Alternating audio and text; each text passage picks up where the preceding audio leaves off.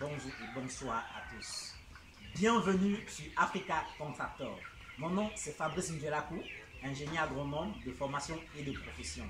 Sur cette chaîne, nous parlons d'agriculture, d'élevage, d'agroalimentaire et beaucoup d'idées business qui concernent l'agro-pastoral. Alors, si tu es nouveau sur cette chaîne, tu as deux choses importantes à faire. La première, abonne-toi, active la cloche de notification pour ne rater aucune de nos vidéos business. Et la deuxième, partage au maximum cette vidéo dans vos différents groupes WhatsApp, Facebook, Instagram, Twitter, LinkedIn et j'en passe. Alors, ce matin, on va vous parler d'une thématique ou alors d'un élément qui est très capital dans la réussite de l'élevage des poulets de chair.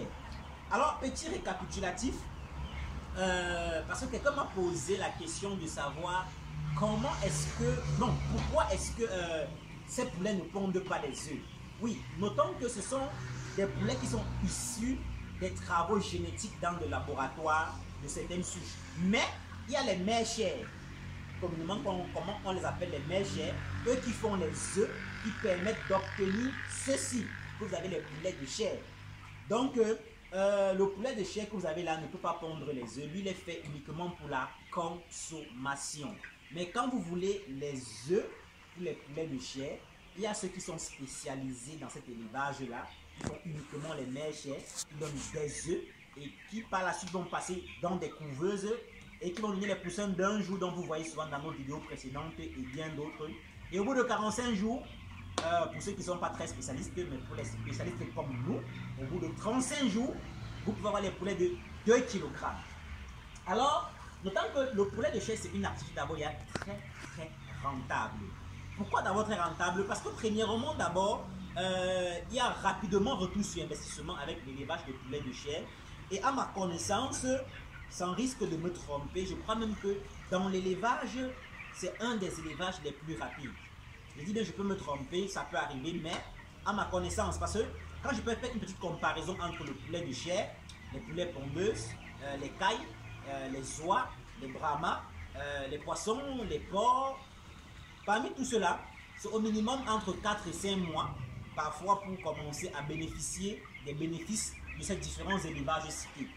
Or, par contre, chez le poulet de chair, au bout de 45 jours, donc maximum 2 mois, 1 mois, 3 semaines si vous voulez, vous avez un retour sur investissement.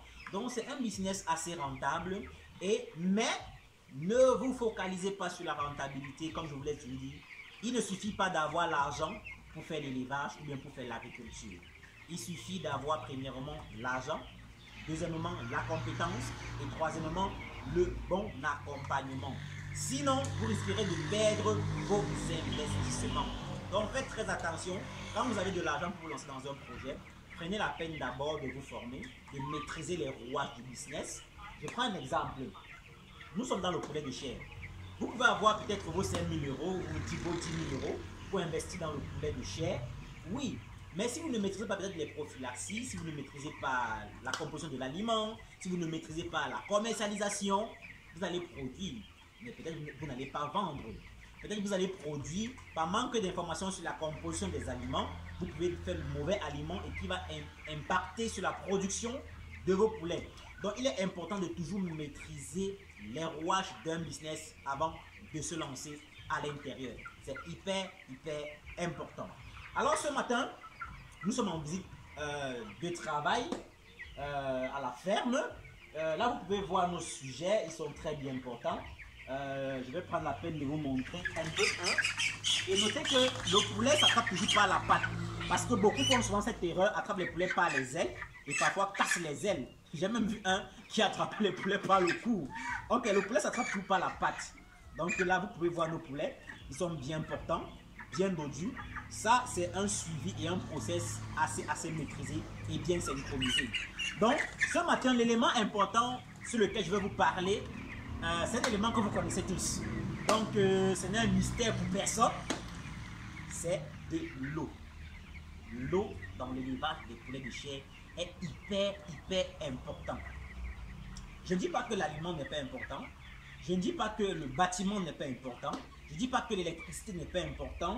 Je ne dis pas que les mangeoires, les abreuvoirs ne sont pas importants, ils sont aussi importants. Mais vous savez qu'il faut souvent faire la différence entre l'important et l'urgent. Donc rassurez-vous, si vous voulez vous lancer dans l'élevage de poulets de chair, rassurez-vous d'abord, avant même de vouloir construire les bâtiments, il faut avoir un point en approvisionnement d'eau.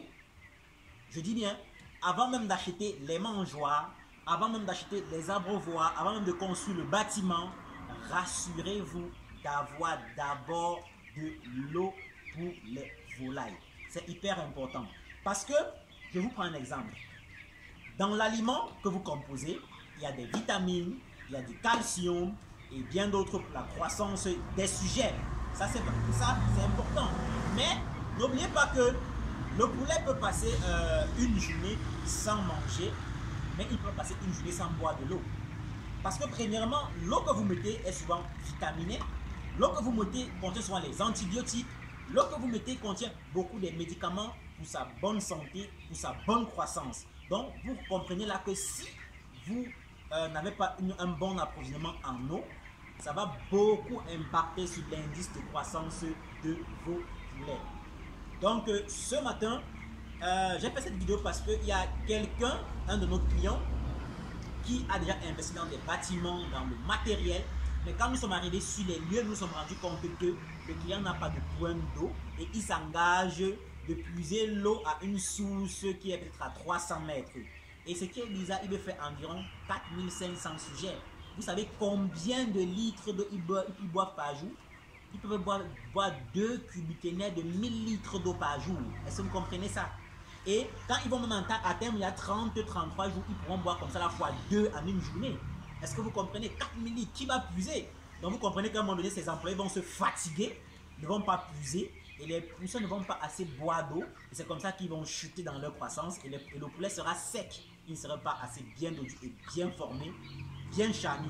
Donc, rassurez-vous d'avoir toujours de l'eau dans vos poulets. Merci d'avoir regardé cette vidéo jusqu'à la fin. D'accord. J'avais oublié un élément très important. En dehors de l'eau, quand vous faites dans des grandes portées, évitez d'utiliser ce genre d'abreuvoir. Ça, c'est un abreuvoir manuel. Parce que si vous avez 1000 sujets, 2000, 3000 sujets, les approvisionner en eau avec cette technique ne sera pas très efficace. Donc, il est important d'avoir les abreuvoirs automatiques. Pour ceux qui ont vu une de nos vidéos dans un de nos bâtiments où on parlait des 7 secrets ou des 4 secrets, encore si je me rappelle bien, pour réussir l'élevage de poulet de chair, vous allez voir là ce qu'on appelle un abreuvoir automatique. Pourquoi maintenant choisir un abreuvoir automatique contrairement à un abreuvoir manuel? Il y a aussi tout ça qui compte dans l'achat du matériel. Quand vous achetez votre matériel, il ne suffit pas d'aller sur le marché, acheter un abreuvoir ou une mangeoire. Il faut d'abord savoir quelle est la portée des poussins ou alors des poulets que vous comptez élever. Parce que si vous avez 4000, 5000 sujets et vous prenez les abreuvoirs ou les mangeoires qui ne sont pas automatisés, il est clair que les poussins ne vont pas bien boire, les poulets ne vont pas bien manger, parce qu'à chaque moment, il faut entrer, recharger de l'eau, il faut entrer, recharger de la nourriture, alors que dans des abreuvoirs automatiques, à chaque fois que le poulet vient, il picore, quand il boit, directement ça coule encore seul. Donc ça quitte du cubiténaire, ça passe pas les tuyaux, ça vient directement à l'abreuvoir, ça coule seul. Donc il a l'eau en quantité suffisante et en temps réel. Pareil pour la nourriture, quand vous chargez votre mangeoire, au fur et à mesure qu'il picote, ça descend seul, ça descend seul, ça descend seul. Contrairement à ceux qui utilisent parfois des mangeoires en bois, quand vous chargez, à moins de 2 heures de temps, ils ont mangé, c'est fini, vous êtes parti. Et vous revenez encore seulement peut-être le soir pour les servir. Or, ils ont passé toute la journée sans manger. Et vous allez comprendre là que les poulets ne vont pas rapidement et assez bien grandir. Donc, c'est la petite précision que je voudrais apporter. Dans l'achat de votre matériel, ça dépend du type et de la quantité d'élevage que vous voulez faire. Donc, n'oubliez pas d'avoir d'abord premièrement votre point d'eau avant de lancer l'élevage de poulet de chair. Et surtout, n'oubliez pas de choisir le matériel adapté à la quantité d'élevage ou à la quantité des sujets que vous souhaitez lancer. Ces éléments sont hyper importants pour réussir votre élevage de poulets de chair. Alors, je vous remercie énormément d'avoir regardé jusqu'à la fin.